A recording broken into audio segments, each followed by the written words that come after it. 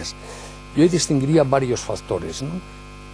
Las familias tenemos la obligación y la responsabilidad de educar por una razón de cariño, porque queremos a nuestros hijos. Yo, como quiero a mis hijos, quiero que sean felices, y como quiero que sean felices, quiero transmitirles el patrimonio moral que creo que les facilita la posibilidad de ser felices. Por lo tanto, si un padre y una madre quieren a sus hijos, siempre educarán. El gran problema es que para educar hay que tener un proyecto claro de persona. En el fondo, educar es muy fácil. Si tú sabes en qué quieres que se convierta ese niño, qué lo hace bueno y qué le hace malo, es muy fácil orientarlo. ¿Qué le sucede hoy a muchos padres de familia y a muchos centros escolares y a muchos profesores que no tienen ni la más remota idea de en qué consiste ser una buena persona, por la crisis antropológica de nuestra época? Y quien no sabe qué es una buena persona no puede educar por mucho cariño y buena intención que le ponga. Más allá de la voluntad, es una incapacidad absoluta. Por lo tanto, en parte las familias dimiten de la función de educar no por irresponsabilidad, no por falta de cariño, sino porque no saben, porque no se aclaran sobre sí mismos. Yo creo que es el problema de nuestra época, ¿no? Por el momento cultural en que estamos, hay muchos de nuestros contemporáneos que no tienen ni la más remota idea de en qué consiste ser un ser humano. Y bueno, eso les lleva... Esto es lo que llamaba C.S. Lewis la abolición del hombre, ¿no? Entonces eso les lleva a una profunda crisis personal, no se aclaran sobre sí mismos, a la imposibilidad de educar porque no se aclaran sobre sus hijos. Y ese vacío lo utiliza el Estado. El Estado aparece diciendo, como ustedes no pueden formar a sus hijos, como ustedes no saben, cómo crece la violencia entre los niños sin criterio, aquí viene el Estado a ofrecer una ética pública, que es la esencia del problema de educación para la ciudadanía. Educación para la ciudadanía es la expropiación por parte del Estado de la competencia de la familia para educar la conciencia moral de los hijos, afirmando que hay una moral pública que consiste en los valores de las leyes, es decir, en los valores de la mayoría parlamentaria de cada momento, que se puede imponer utilizando la escuela a todo el mundo. Es totalitaria profundamente. En realidad, educación para la ciudadanía, que es un artefacto monstruoso, pero no deja de ser la guinda de un pastel, ¿no?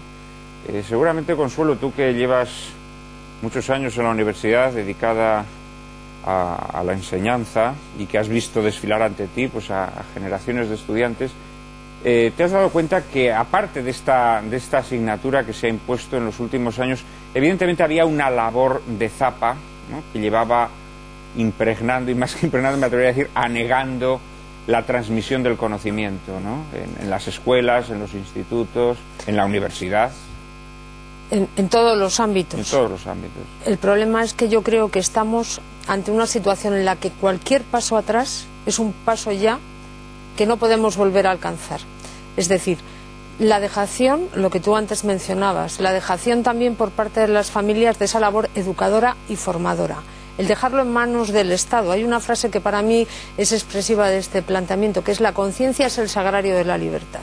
En el momento en que anulas la capacidad del individuo de tener una conciencia, que es lo que distingue también lo que sirve para enjuiciar y lo que sirve para valorar, has creado seres completamente alienados. O sea, esa alienación ya tú la ves en todos los ámbitos educativos. Es un ámbito en el que llega, evidentemente, a la universidad.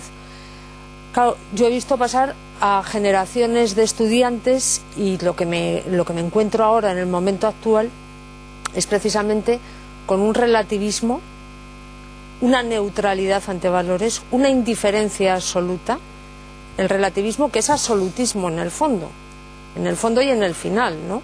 Es decir, que estamos ante una labor de ingeniería social. La educación constituye el núcleo fundamental de nuestra vida social. Entonces, el hacer dejación de esta labor en manos del Estado, y un Estado que es aniquilador de la conciencia, de la creencia, de lo que es más fundamental para el sujeto, que es creer y pensar, y tener libertad para hacerlo, esto implica un paso ya al que, si renunciamos en estos momentos, hemos renunciado para el futuro y destruimos el futuro de nuestra propia sociedad. Estamos dejando a hombres jóvenes en manos de un ente que yo creo que es un ente anulador del propio sentido existencial del hombre. Jesús, tú en este libro, Una tentación totalitaria, que recomendamos nuevamente a nuestros espectadores, trazas un cuadro panorámico, ¿no?, de lo que es esta asignatura de educación para la ciudadanía, de lo que son, digamos, todas las elaboraciones intelectuales que hay detrás de ella, que es un proceso, naturalmente, que se ha producido no en España, sino en casi todos los países occidentales, pero de forma muy especial y, digamos, rápida, drástica, en lo que afecta a la sociedad española, ¿no? ¿Crees que hay una posibilidad de vuelta atrás en este proceso que se ha iniciado? ¿Ves la posibilidad de...? Yo creo que debe haberla, la fuerza, porque si no estamos... yo creo que lo que está sucediendo pues es no simplemente una neutralización de las conciencias, que es en sí un grave problema. La neutralización de las conciencias es un paso previo para llenar la conciencia con otro criterio, el criterio de ellos, el criterio de la ideología. Es decir, que desde que se alumbra por Rousseau el contrato social y después escribe el Emilio como la forma de educación del futuro ciudadano para controlar la futura sociedad, la educación es el primer paso de la ideología para penetrar en el control y en el mando y en la conquista del poder. Eso es evidente. Quizás el ensayo más radical que se ha producido de eso ha sido en la historia el tema de la revolución cultural china y la posterior aplicación de la revolución de los Jamieres Rojos, etcétera. Pero esto, aunque parezca mentira, es una emulación de aquella historia. Es decir, es el intentar introducir una ideología desde la infancia a través del adoctrinamiento mediante la educación para la ciudadanía. Es decir, no es simplemente neutralizar, es sustituir los valores actualmente existentes. Lo dice bien Peces Barba, es sustituir al ciudadano, al creyente por el ciudadano. Dice al creyente, no dice al anterior no sé qué, al creyente por el ciudadano.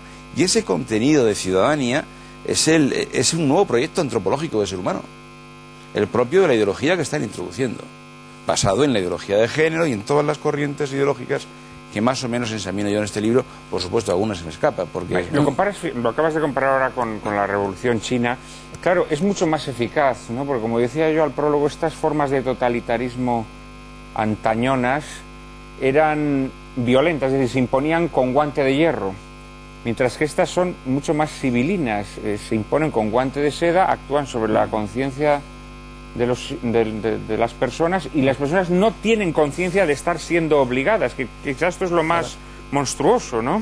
Ahí es donde entra nuestro ámbito de responsabilidad. Está muy claro que el Estado está haciendo lo que no debiera, usurpar el derecho de los padres a educar la conciencia moral de sus hijos y sembrando aguas de totalitarismo. Pero en una sociedad donde hay libertad, y en esta lo hay, si eso sucede es porque los ciudadanos nos dejamos, de alguna manera. Yo quisiera resaltar que Educación para la Ciudadanía, gracias a Dios, ha suscitado el mayor movimiento de defensa de la libertad de educación que se ha vivido en España. 50.000 padres y madres normales de familia que han ido a los tribunales ejercitando un derecho de objeción de conciencia para oponerse al adoctrinamiento de sus hijos. Que luego el Tribunal Supremo nos ha negado ese derecho, bien, pero los padres siguen buscando cómo defender su libertad de educación. Por tanto, creo que es la hora de la asunción de responsabilidad por parte de padres y madres para educar de verdad a nuestros hijos. Yo, por ejemplo, cada vez que hablo de este tema, aconsejo a todos los padres de familia que me oyen que aprovechen Educación para la Ciudadanía para educar en esos temas a sus hijos en casa, dándoles el antídoto. Porque, en el fondo, en Educación para la Ciudadanía no se dice nada nuevo que no se dijese ya en la escuela. La gravedad singular de Educación para la Ciudadanía es que el Estado, por real decreto en el BOE, asuma la competencia de formar conciencias. Pero las mayores guarrerías, con perdón, que se pueden decir en Educación para la Ciudadanía, ya se están diciendo.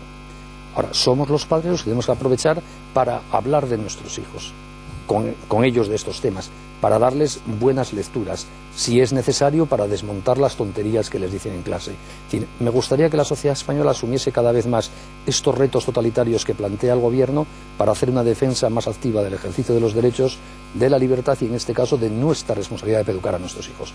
Porque así es como al final se vence al Estado, ejerciendo los derechos. Claro, esto es, en el fondo es terrible porque nos obliga a ser héroes. Claro. Nos obliga a ser héroes. Claro, en cualquier comunidad política sana, el Estado es, digamos, como una prolongación de las otras estructuras sociales, la familia, la parroquia, el municipio. Quiero decir que es un colaborador, es un amigo, es aquel que te sustituye allá donde tú no puedes llegar. Claro, el drama es que el Estado es el enemigo. O sea, ahora tenemos la conciencia de que durante las horas en las que nuestros hijos están en la escuela, están en manos del enemigo. Y esto es algo, claro, que te obliga a un heroísmo cotidiano terrible, ¿no? Hay épocas que hacen que el heroísmo sea una exigencia ordinaria. Sí. Y hoy para las familias es así. A este respecto, nos vamos al corazón del siglo XX, de la contemporaneidad, donde de algún modo, tanto un personaje convertido al catolicismo como un laico, pero los dos con cierta lucidez, Nos decían en el corazón de la contemporaneidad, siglo XX, uno decía, Alexis Carrel, en la agotadora comodidad de la vida moderna, hay algo por el ritmo tremendo de trabajo de los padres que hace que tiendan. Mi padre a mí me dedicó tiempo de vida, podía y quería, y yo me doy cuenta que para educar a mis alumnos en la universidad y a los chavales en el tiempo libre durante la semana allende las aulas de la universidad o de los colegios, me doy cuenta que el mayor desafío educativo reclama el mayor tiempo de vida del adulto. Pues bien, Malraux, ministro de Educación francés, dice, cuasi profético, profeta negro, no existe ya ningún ideal por el que podamos sacrificarnos, entregar tiempo de vida. Porque educar comienza en ese instante preciso en el que uno quiere comunicar algo del propio ser al ser del otro, para que no se lo pierda. La educación, lo demás es instrucción. La educación comienza en que algo de mi vida pasa a la tuya. Solo hay educación cuando hay transmisión. Y dice Malraux, por lo tanto, aquí está levantando acta de defunción a la educación para hacerse instrucción pública. No existe ya ningún ideal por el que podamos sacrificarnos, porque conocemos la mentira de todos ellos, es decir, un mundo adulto que se ha vuelto escéptico. El escepticismo es la fuente de toda ulterior pasividad social. No, ya nosotros no sabemos qué es la verdad.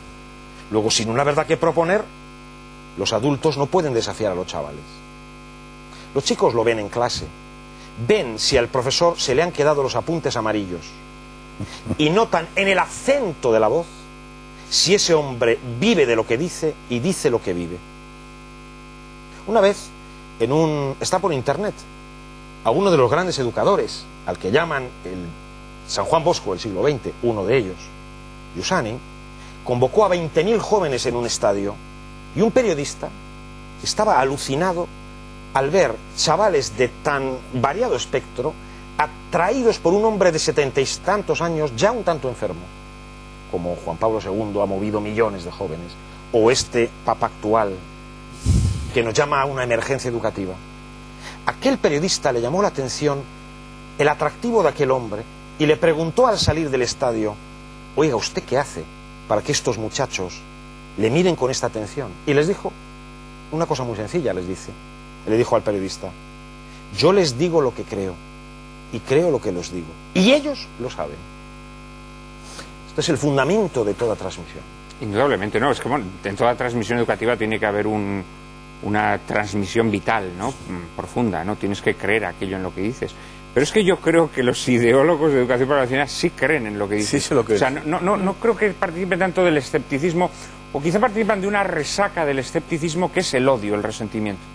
Yo creo que en las ideologías que marcan esta emergencia, esta nueva tentación totalitaria, por utilizar la expresión de Jesús Trillo, yo creo que hay un afán de destruir una visión del mundo que se odia profundamente, ¿no? Una visión cristiana, llamémosla, ¿no?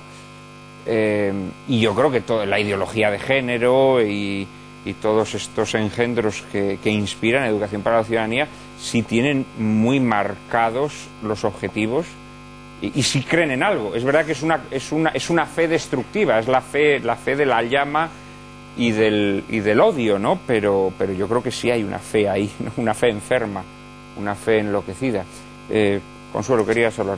Yo quería poner el punto de vista de atención sobre lo que es este tipo de pedagogía, ¿no? Y quiénes están detrás de este diseño de la pedagogía, ¿no? Porque aquí hay quien da la cara y quien se esconde por detrás, ¿no? Hay auténticos ideólogos de esta pedagogía progresista en la que se supone que el progreso es educar, lo vamos a ver en esa asignatura llamada Ciencias para el Mundo Contemporáneo, con una cierta concepción de la ciencia, una educación sexual, en la que al niño se le deja, digamos, inerme, ¿no?, frente a ese tipo de educación que implica también la perversión de lo que es la ideología de género, ¿no?